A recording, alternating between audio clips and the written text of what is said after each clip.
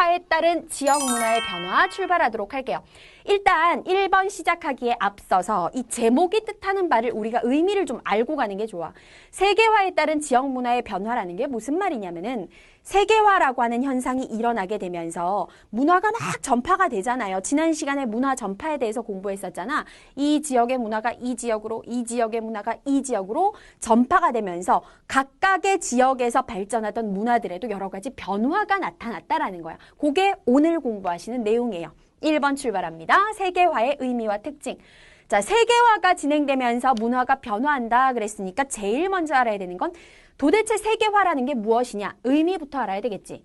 세계화라고 하는 건 이런 뜻이에요. 자, 책에 나와 있는 대로 일단 적어봤는데 각 지역의 사람, 사물, 지식의 상호작용이 동시에 이루어지면서 세계가 통합되는 과정이다 라고 얘기하고 있어. 이 문장 자체로 보면은 사실 이거 어려운 의미가 절대 아닌데 좀 헷갈리잖아. 이게 무슨 말이야 싶은데 자 여기 봐봐. 각 지역에 라고 할 때 각 지역은 뭐 각 나라, 각 사회를 말하는 거야. 지구에 있는 수많은 지역과 나라들. 자, 각 지역에 살아가는 사람들이 있죠. 미국 사람, 한국 사람, 영국 사람, 일본 사람, 수많은 사람들이 있잖아. 그 다음에 각 지역의 사물들, 물건들, 그 다음에 각 지역의 지식들, 뭐 지식이라고 하는 건 뭐 특별한 게 아니라 각 지역의 유행이라든지 각 지역에서 발달한 사상이라든지 이런 것들을 말하는 거야.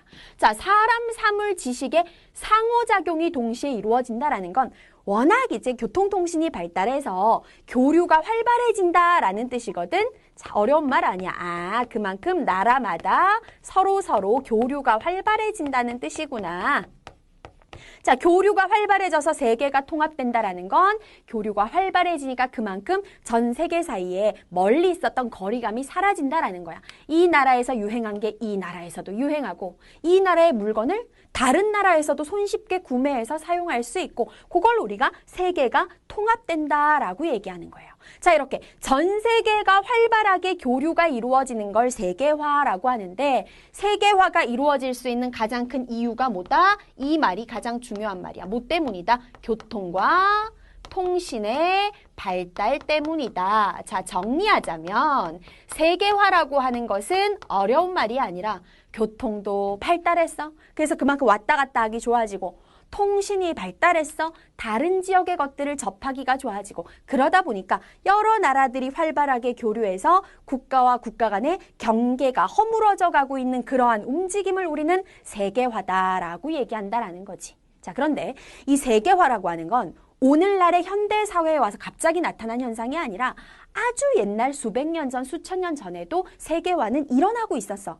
일어나고 있었는데 천천히 일어났었다라는 거야. 왜냐하면 그 당시에는 교통통신이 발달하지 못했으니까. 예를 들어서 지금으로부터 한 500여 년 전에 유럽에서 신항로 개척을 활발하게 했잖아. 유럽 애들이 배를 타고 막 아프리카로 진출하고 아시아로 진출하고 아메리카로 진출해서 그 지역들을 식민 지배하기 시작했어. 유럽 사람들이 다른 대륙으로 건너가서 그 지역에 자신들의 뭐 물건이라든지 문화를 전파하다 보니까 유럽의 문화가 아메리카에서도 나타나고 다른 데서도 나타나. 이것도 세계화라고 하는 거야. 차이가 있다면 그 당시에는 세계화의 속도가 아주 느렸는데 오늘날은 교통통신의 발달로 세계화의 속도가 빨라졌다라는 거지. 자, 그 특징을 한번 정리해 보겠습니다. 자, 오늘날의 세계화에서는 어떤 특징이 나타난다? 인터넷도 발달했고 사회 관계망 서비스, 우리가 흔히 말하는 SNS라고 얘기하잖아요. 뭐 페이북, 트위터, 그 다음에 유행이 많이 지났지만 카스, 이런 것들이 발달하면서 전 세계 각국의 교류가 점점 어떻게 돼? 활발해지게 되었고, 교류가 점점 활발해지다 보니까 세계화의 속도가 옛날에 비해서 어떻게 됐다? 훨씬 빨라졌다. 빠르게 세계화가 진행되고 있다. 이게 오늘날의 세계화에서 나타나는 특징이라는 겁니다. 자, 그렇다면 우리가 배우는 지금의 문화라고 하는 주제와 세계화가 무슨 관련이 있어? 교류가 활발해지다 보니까 문화도 활발하게 전파가 되고 그래서 각 지역의 문화도 변하게 됐다. 이렇게 연결시킬 수가 있는 거지. 자, 그러면 문화 내용으로 바로 이어서 갑니다. 2번. 세계화로 인한 문화의 변화 들어갈게요. 선생님이 1단계 오늘의 퀘스트에서 말했던 4개의 단어 지금부터 등장합니다. 집중해서 하나하나 의미 잘 이해하셔야 돼요. 지역 문화가 세계화로 인해서 변하기 시작했대. 그래서 나타나는 첫 번째 현상이 무엇이냐? 문화의 동질화야. 자, 그런데 얘들아, 교과서마다 표현이 조금씩 달라. 문화 동질화라고 나와 있는 교과서도 있고요. 문화 획일화라고 나와 있는 교과서도 있는데 둘 다 같은 말이야. 무슨 말이냐면 문화가 같은 문화인데 한 지역의 문화인데 이게 되게 멀리 있는 여기서도 똑같이 나타나고 여기서도 나타나고 여기서도 나타나고 여기서도 나타난다라는 거야. 그게 문화 동질화야. 자, 그림으로 표현을 하자면 이렇게 됩니다. A라는 나라가 있어. 이 A라는 나라에서는 그 나라에서 발달한 A 문화가 있겠지, 그치? 자, 멀리 떨어진 곳에 B라는 나라도 있고 C라는 나라도 있고 D라는 나라도 있고 E라는 나라도 있어. 근데 워낙 교류가 활발해지다 보니까 세계화 시대에 이 A 문화가 B 나라에 C 나라에 D 나라에 E 나라에 전파가 되는데 이 A 문화와 거의 달라진 게 없이 여기서도 A 문화, 여기서도 A 문화, 여기서도 A 문화, 여기서도 A 문화를 손쉽게 찾아볼 수가 있다. 이게 문화 동질화, 획일화라고 하는 거야. 특징하기 전에 사례부터 먼저 말씀드릴게요. 이게 도대체 어떤 것들을 예로 들 수 있겠느냐? 우리 주변에서도 흔히 볼 수 있는 거. 자, 커피를 먹고 싶어요. 한때 된장녀, 된장남의 상징으로 여겨지던 바로 별다방 스타벅스입니다. 자, 분명히 어느 한 나라에서 시작된 커피 체인점이었는데 전 세계에 수천 개의 매장을 가지고 있대. 실제로 선생님도 커피를 너무 좋아해서 다른 나라 이제 해외여행을 가면요. 그 커피를 선생님이 하루에 최소 2잔 이상을 마셔야 되거든. 그럼 제일 먼저 뭘 찾게 되냐면 이 스타벅스의 고유의 로고 있잖아. 찾게 되는 거야. 거기 들어가가지고 커피를 마셔요. 왜 꼭 스타벅스를 찾아서 들어가냐면은 선생님이 된장녀라서 그런 게 아니라 일단 믿고 마실 수 있잖아. 어느 나라에 가서 마셔도 스타벅스 커피는 맛이 똑같단 말이야. 그래서 믿고 마시는 건데, 자, 어디에 가도 볼 수 있는 스타벅스, 요게 문화 동질화에 똑같은 가장 적합한 사례죠. 그 다음에 또 이제 비슷한 거 뭐 있어요? 띵띵띵띵 햄버거, 맥도날드. 역시 마찬가지입니다. 전 세계 어디에 가도 유명한 햄버거 체인점 맥도날드를 볼 수 있다. 우리나라의 맥도날드가 제일 먼저 생긴 게 그 1988년도. 근데 1988년도에 서울 강남의 압구정동에 이제 1호점 맥도날드가 들어왔다고 해요. 지금은 전국에 셀 수 없이 많은 체인이 있죠. 요것도 이제 문화 동질화이고, 그 다음에 이제 패션으로 가서요. 대표적인 게 또 뭐가 있어요? 청바지. 자, 전 세계 어디나 미국에서 시작된 이제 의류 문화인데 그 일을 하는 사람들이요. 목장에서 일을 하는 사람들이 험한 일을 많이 하다 보니까 일반 천으로 만든 옷들이 너무 금방 해지고 구멍이 나고 낡아버리는 거야. 그래가지고 뭔가 더 튼튼한 잘 구멍이 나지 않는 재질로 바지를 만들 수 없을까 하다가 만들어낸 게 청바지래요. 그래서 일을 하기 쉽게 만든 바지인데 지금은 전 세계 어디를 가도 남녀노소를 불문하고 청바지를 즐겨 입고 있잖아. 그치? 이런 것들이 가장 대표적인 무엇의 사례라는 거야? 문화 동질화, 다른 말로 문화 획일화의 사례라고 하는 거야. 자, 그런데 여기서 중요한 내용이 하나가 있어요. 한 지역의 문화가 다른 지역으로 전파돼서 그 지역들에서도 똑같이 혹은 거의 비슷하게 나타난다 그랬잖아. 근데 이게 어떤 경우냐 하면은 개발도상국, 즉 못 사는 나라의 문화가 좀 더 잘 사는 나라로 전파가 돼가지고 똑같이 나타나는 사례는 거의 발생하지 않는다라는 거야. 좀 잘 사는 나라, 강대국인 나라, 문화적으로 좀 더 좀 우수하다고 여겨지는 나라들, 이런 나라의 문화가 다른 지역으로 들어가서 똑같이 나타난다는 거. 스타벅스, 맥도날드, 청바지 전부 다 사실 미국에서 시작된 거잖아. 그러니까 미국이라는 강대국, 세계적으로 영향력이 강한 나라의 문화가 다른 지역에서 똑같이 나타나고 있죠. 자, 정리하자면 이 문화 동질화라는 현상은요. 어느 문화로 획일화되는 경향이 강하다? 서구 문화로 획일화되는 경향이 강하게 나타난다. 여기서 말하는 서구 문화라고 하는 것은 서양의 강대국이다라는 뜻. 그러니까 백인들 나라, 강대국인 나라, 그거 서구 문화라고 해. 서구 문화로 획일화, 동질화되는 경향이 강하게 나타난다. 자, 문화 획일화, 문화 동질화 이해되시죠? 그 다음에 이제 두 번째 현상입니다. 이번에 보실 것은 문화 융합이에요. 자, 융합이라고 하는 말은 말 그대로 하면은 섞는다, 섞인다라는 뜻이잖아. 자, 요거를 비슷한 형태의 이제 그림으로 설명을 하자면 똑같이 A라는 나라가 있어. A라는 나라에서 발달한 A 지역의 문화가 있겠지. 이게 이제 전파가 되는데, 자, B라는 나라가 있고, C라는 나라가 있고, D라는 나라가 있었어.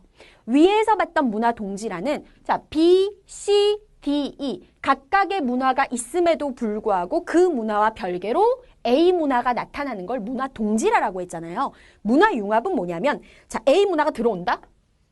뭐 B에도 들어가고 C에도 들어가고 D에도 들어갔어. 그래서 A와 B 문화가 섞이는 거야.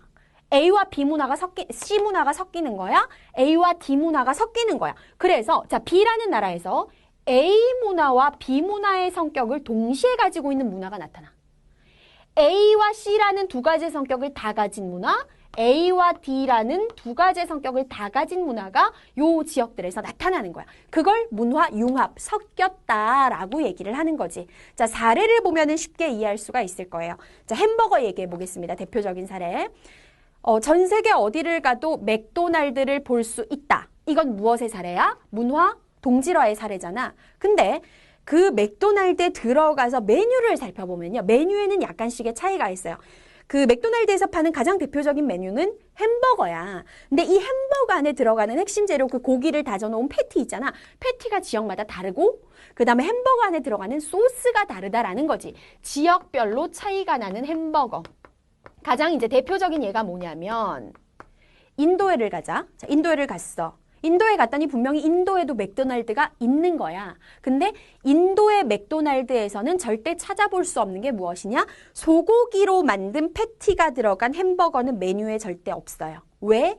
인도라는 나라는 힌두교를 믿는 힌두교 문화고 힌두교에서는 소를 신성시 여겨서 먹지 않기 때문에 당연히 소고기 패티를 찾아볼 수가 없는 거야. 그래서 인도에 있는 맥도날드에서는 닭고기 패티가 들어간 햄버거가 가장 많아요.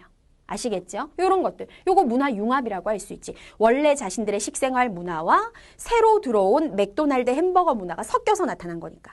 그 다음에 두 번째, 우리나라 보겠습니다. 우리나라 문화 융합의 대표적인 사례가 뭐가 있냐면 돌침대. 우리나라는 원래 침대 문화가 아니잖아. 어른들이 뭘 좋아해요? 아궁이에 불을 지펴가지고 바닥을 뜨뜻하게 만들어서 몸이 찌뿌둥하거나 쑤실 때 그 온돌방에 누워가지고 등을 지지는 문화가 발달을 했잖아. 근데 서양의 건축 문화가 들어왔잖아. 아파트를 세우기 시작했잖아. 그 아파트 안에 침대를 놓고 사람들이 침대 생활을 하는데 물론 이제 매트리스 같은 서양식의 푹신푹신한 침대도 있지만 어른들은 왠지 침대가 안 맞아. 푹신푹신한 바닥이 오히려 좀 더 힘들고 난방이 안 되니까 안 좋은 거야. 그래가지고 두 가지가 융합됐어요. 온돌의 뜨끈한 어떤 돌판의 뜨끈함과 서양식의 침대가 합쳐졌어. 그래서 만들어진 게 우리나라만의 별이 5개 침대, 돌침대 아니에요. 그렇죠? 이런 것도 문화 융합의 사례라고 할 수가 있고요. 자, 세 번째 또 어떤 사례가 있냐면 인도에서 나타나는 독특한 영화의 형태 볼리우드 영화라고 얘기를 합니다. 인도 고유의 영화에 할리우드 영화의 특징이 합쳐졌다. 그래서 볼리우드 영화라고 하는데 할리우드 영화의 특징이라 그러면 이제 뭔가 스케일 크고 제작비 엄청 많이 들어가고 그 다음에 제작 인원도 많이 들어가고 이게 할리우드 영화의 특징이야. 근데 인도는 원래 영화 산업이 발달한 나라였단 말이야. 인도 영화가 참 재밌는 게 뭐가 있냐면요. 인도 사람들이 흥이 많다. 그래서 인도는 코미디 장르고 로맨스 장르고 호러 장르, 추리, 뭐 판타지 할 거 없이 모든 장르에서 사람들이 주인공들이 갑자기 연기를 막 하다가 뛰어나와서 다 같이 춤을 춰요. 어느 정도로 춤추고 노래하는 걸 좋아하냐면 되게 무서운 영화야. 귀신도 나오고 막 좀비도 등장해. 그래서 막 무서운 장면들이 막 나오다가 갑자기 좀비랑 주인공이랑 다 같이 나오더니 노래에 맞춰서 춤을 추기 시작해. 이게 인도 영화의 특징인데 그런 인도 영화의 특징에 할리우드의 제작 스케일이 합쳐져서 뭔가 영화 문화가 나타나. 이게 인도의 볼리우드 영화야. 그 다음에 우리 음식 문화로 한번 가보도록 할까요? 전 세계에서 사랑받고 있는, 물론 우리나라에서도 사랑받고 있는 캘리포니아 롤이라고 하는 거. 캘리포니아 롤이 뭐야? 김밥 같기도 한데 약간 먹어보니까 새콤달콤한 게 식초가 가미돼서 초밥 같기도 하면서 뭐 인도의 초밥 문화에다가 뭐 우리나라의 김밥 문화에다가 이런 게 섞여서 서양 사람들의 입맛에 잘 맞게 만들어진 김밥 비스무리한 게 캘리포니아 롤이잖아. 얘네들 지금 사례들을 보세요. 특징이 뭐예요? 원래 그 지역의 문화와 새로 들어온 문화가 섞였는데 이 한 문화 안에 두 가지의 특징이 다 나타나는 거야. 이게 문화 융합에 해당되는 사례들이라는 거지. 이해되시죠? 자, 세계화로 인해서 각 지역의 문화가 변하는데 문화 동질화도 나타나고 문화 융합도 나타난다. 현상들을 살펴봤습니다.